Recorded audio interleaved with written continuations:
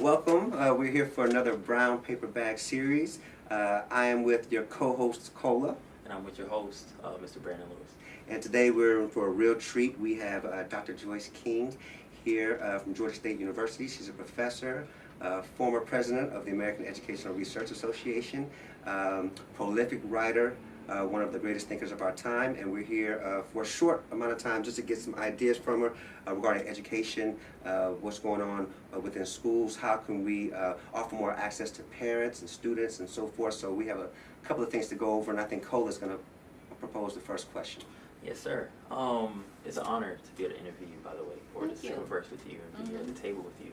I've heard a lot of great things, like I spoke to you earlier about, and just by hearing your introduction, you seem like a woman of power. In the sense that I get from you, it's more personable, and I appreciate that. So the first question is, the journey that you've been on to align to the person you are today, to get you to the point in which you are today. Is there anything that you experienced along the way that you could share with people or just us in general? Well, today we talk about Black Lives Matter, and I grew up in California, and people might have the image of California as an open place where there's a lot of acceptance, but I grew up at a time when Black people were struggling, as we are now, and people died. So not long ago, I was looking through some of my mother's papers, and I found a funeral program for one of my young cousins who was killed maybe when I was in junior high. So it just caused me to think that, we're looking at things today as if this is a new phenomenon, but there's been an ongoing kind of struggle that was always there, and some of us got opportunities to get out and go to school, but I've always felt like I had an obligation to return what I was getting to my community. Speaking of many things that have occurred, sort of like the idea that history repeats itself, okay? Looking at young people today, do you think that they're sort of engaging very differently in terms of like social media and the access and getting word out and protesting? Do you think that they have a different way of navigating that space of protest in comparison to before, where we didn't have the Twitter or the Facebook and letting people? So are they in a sense more aware because of maybe the technology? I don't know, how would you frame that? Well, I have two responses. One is I'm a Black nationalist. My consciousness is Black nationalism. And so people like Marcus Garvey, W.B. Du Bois, Ida B. Wells, those are people that I look to in history as a beacon, a way to think about what was done and therefore what we need to be doing.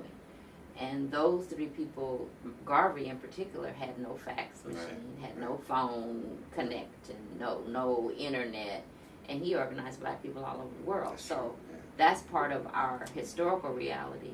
I think some young people are very much aware, and yes, they are using social media in some very impactful ways. It makes me think about David Walker as well, another individual. Yeah. So one of the things that we were thinking about as well, and particularly in your experiences, to kind of go along with Cola's question, what were your experiences like as a Black student at Stanford? I don't know if you want to define it as a Black student, but I'm sure your Blackness did impact your journey while you were there, and I don't know if you could touch on that just a little bit. Well, I think what's more outstanding is the period of time that I went to school in the context, which meant that I went to school at the time when the movement was a reality. So I didn't experience Stanford as an individual. I experienced Stanford as part of things that were happening in the world beyond just my personal life. And so I was a student activist, participated in developing African American studies, and all of those things were part of the context. But my class, I went to Stanford in 1965, my class was the first class that had more than 4 Black students. We had 25. speaking on, you said while you were at Stanford, you engaged in black activists. Was it because the time period of what you said was going on at the time that brought you to do that, or was it part of who you were already as a person? It's a longer story. I was the first one in my family to graduate from high school and go to college. So when I got to Stanford, my class had 25 black students. That was a lot more than had ever been on campus, and we were observable, we were seen. But not everybody in my class came from the same social background. Some parents had, they were doctors' children, and so different class experiences. My experience was coming from the working class. And my experience was also that I discovered that, if I put it simply, I could graduate from Stanford and not be able to talk to my grandmother.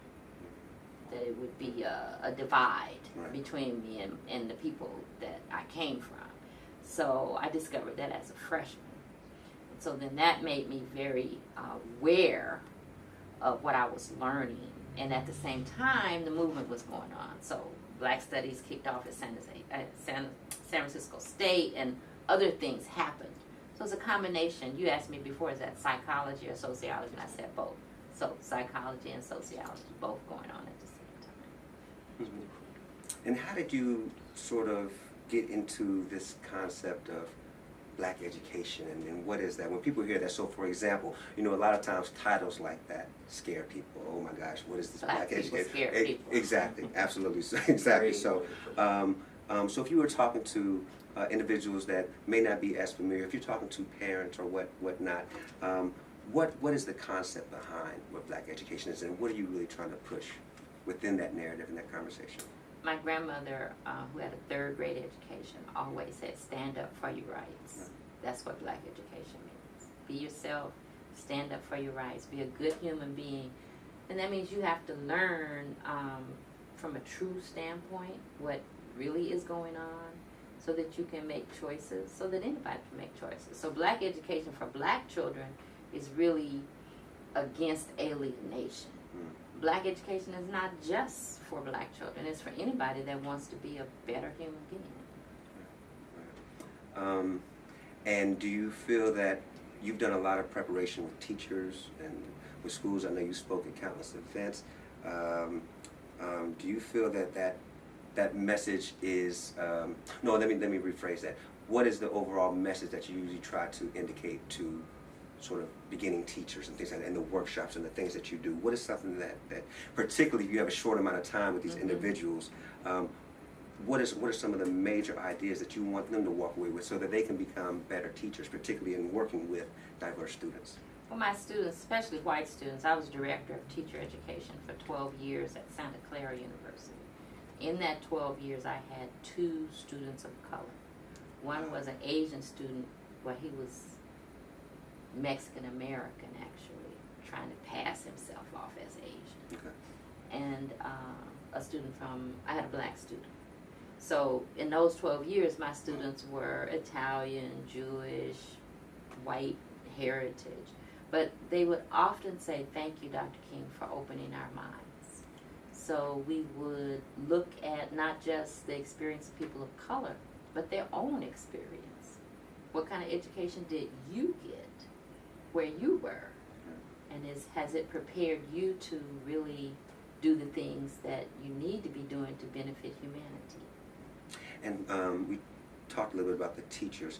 One of the conversations, or the things that we've been trying to push as well, is access for parents. And the reason why I say that, I talk to many friends, and I'm sure you have as well, and I'm sure Cola has as well, but when I'm having conversations, sometimes I hear this idea from parents or from just different people in the community, I'm not really quite sure about scholarship, or what is scholarship, or how do I find out more about scholarship, right? So it became apparent to me that there's not as much access in some of the places that we need there to be, because people want to know and learn, but sometimes they have difficulty navigating that space. So what are some ways that you think that we can do to offer more access to parents so that they'll know different trends that are going on within education, so they'll know different strategies for working with their kids, and even teachers, so they'll know different things that are going on that they can improve their classroom with? What are some things that you think that can be done to create more access to those spaces? Well, you need an education philosophy that incorporates the community in a serious way, not a philosophy that says we're going to educate your child so he can get out and get away and do better or whatever as an individual. So when you have an educational philosophy that is community oriented, then the education process involves everyone, the parents, the teachers, the children, and there needs to be spaces for that kind of collaborative engagement. One of the things I have promoted is what I call culturally authentic assessment. A lot of the stuff we did in the 60s to change the curriculum, make things more equitable, has just been sidelined because of all the emphasis on testing and assessment. Right. So if that's where the game is, then that's where we need to be. So I worked with some teachers and developed a methodology that I call culturally authentic assessment. Culturally authentic because the parents have a chance to work with the teachers to collaborate on, well, what are we actually giving emphasis to, and what are we going to evaluate? And then in that conversation, parents are not just talking about, decorating the teacher's lunchroom or being a monitor on a field trip. They're actually talking with the teacher about the content of instruction and what is it that the community needs. We can talk about the concept of a relevant personality. What kind of children are we trying to produce for this day and age? And when parents and teachers have that conversation, then there's a more open space in the teaching and learning process for them to partner. So I had a teacher who adopted this method, and she worked with parents and created opportunities for parents and the children to make projects and do things together. And those projects that the kids produced, parents had a say-so in how they were going to be evaluated. Really good. And did you want to jump in, or I can keep going? You have another one that's related to it? Well, if you do, go ahead. Well, the question that I was going to ask is, well, one, I wanted to focus on some of the other work that you're doing and trying to get engaged with the community. I know that you have a Congress, African Congress. We had Black Education Black Congress. Education Congress. That I know that you had one event in Chicago and things like that. And is that what some of that work aspired to do, was to bring different people around to have conversations? It So did. that maybe they could go for and sort of, if we can It's a add. national summit on education and the National Congress. And following the meeting in Chicago, we had regional forums. We had a forum here in Atlanta, we had one in Detroit, one in California, one in Philadelphia. And local people helped to then share what they had gotten from the Congress at a local level. So that was not a funded organization, it was just volunteers, and we may do it again at some point, but right now it's sort of on hiatus. But there's a website people can go to see the Black Education Congress online. So what do you think right now, from the conversations you've had, from the people that you've worked with and so forth, what are some of the major things that you think that we can collectively do to improve schools, particularly with either urban schools, Title I schools, diverse schools? What are some of the major things that you think that we as a community can focus on to sort of bring awareness or bring improvement? Not saying that these schools are just horrible, I know that is usually the narrative, but just some of the things that you've noticed that you would like to say, you know what, I think this could be a little bit better if we did this. Well, one of the places where I've put a lot of emphasis is on the curriculum and enabling parents to look critically at what is being taught, what the children are learning, and to be able to talk with teachers about that. We just had a big, I just saw this in the news about a teacher in Marietta who was using a game she created, Underground Railroads, dice. That's happened several times, yeah, you're right. Okay, right. So you heard the parents, the mother and the grandmother, talking about this, and they're rightly concerned, but they don't have the resources to say to the teacher, here's the body of evidence that shows that what you're doing is damaging not only my child, but the other children in the classroom.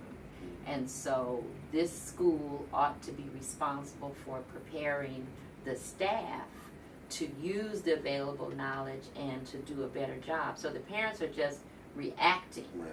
But if they had an advocacy class or a group that they could turn to, they called the NAACP, but there was no support coming. So there's nobody that's waiting in the wings to fix all that. People really need to have the attitude that this is wrong, we need to do something about it, and we do have professional educators and researchers who know some things.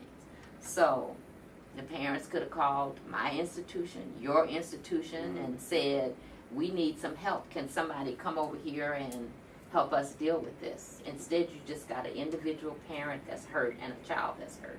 And you were speaking about that, I think, a little bit with the New Orleans thing, with how the universities are land grants. Yeah, we have a community outreach office. We have a community outreach office here.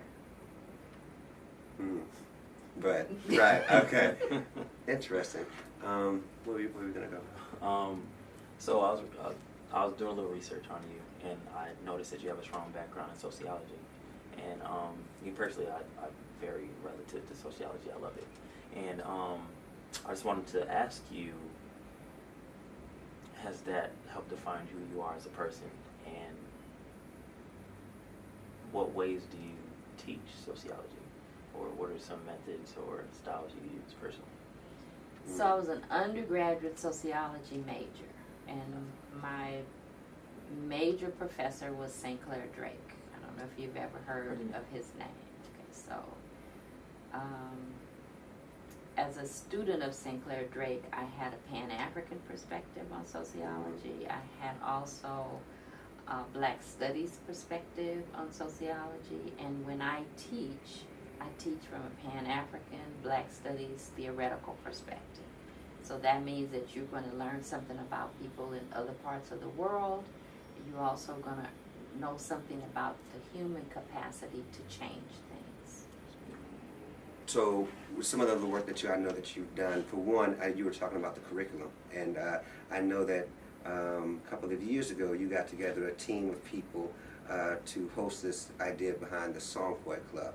And I want to know, well, for one, if you can just talk a little bit about your idea for even creating that, and the curricula that you decided to utilize and things like that. What was the major idea behind that? And was it because you sought, why was this information, I guess, maybe critical for you think that for these students to know, for them to be engaged with?